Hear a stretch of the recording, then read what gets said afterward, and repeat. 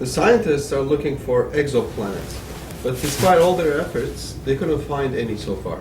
Isn't it very extraordinary that the universe is so big, but our planet seems to be the only one with conditions right for life, and that it looks very specially created and very well protected?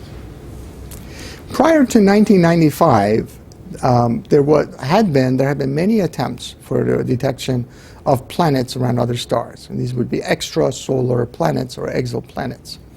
And every attempt or every discovery was proven to be either subject to doubt or just incorrect.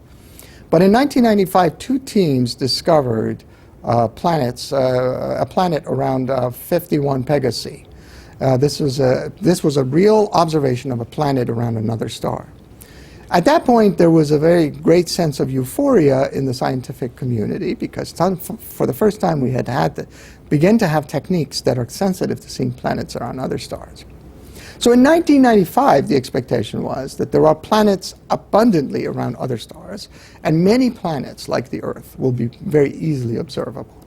If you look at statements made, for example, to national academies or to the Congress of the United States by American scientists, they talk about billions of Earths just within our galaxy.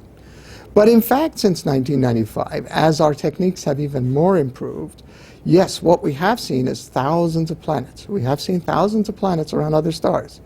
But then when you ask the conditions, compare those planets with the Earth, what you find is that planets, yes, there are. But Earth-like planets, there essentially are not. Because the requirements for an Earth-like planet are many, many requirements. The planet itself has to be situated in what is called the habitable zone. A habitable zone is essentially a distance from the sun where the temperature of the mean temperature of the planet is one in which liquid water can exist at least somewhere on the planet.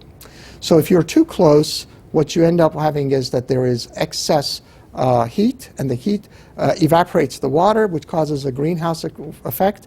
This causes an effect that planetary geologists call the moist greenhouse, that then leads to a runaway greenhouse, and so that all the water essentially evaporates.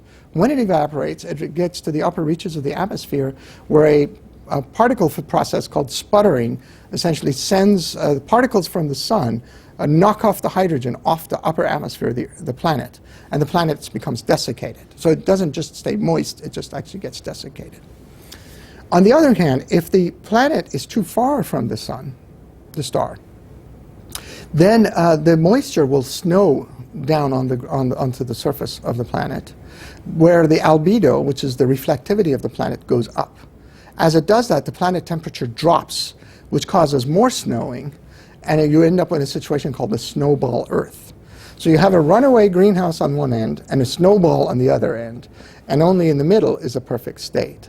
Now, calculations have been done to say from the Earth, how far closer can I go before I get into a runaway greenhouse? Some of these calculations put it at 1%.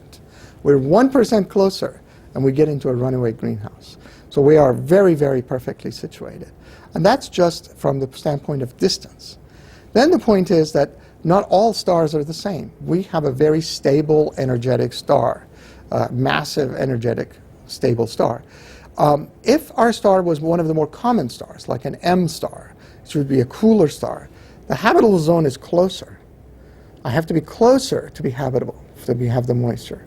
But when I'm that close, it turns out I'm very close to a star which is very unstable. M stars have a lot of strong energy output changes that also damage the planet. The other thing that happens is that the planet's day and night cycle, which is governed by its spin, as you get closer, there's a gravitational effect called tidal friction and tidal locking, which essentially locks the planet so that one side of the planet is the only side that's seen.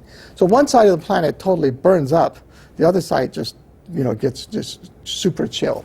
These are just two of a great number of conditions that have come together for the Earth.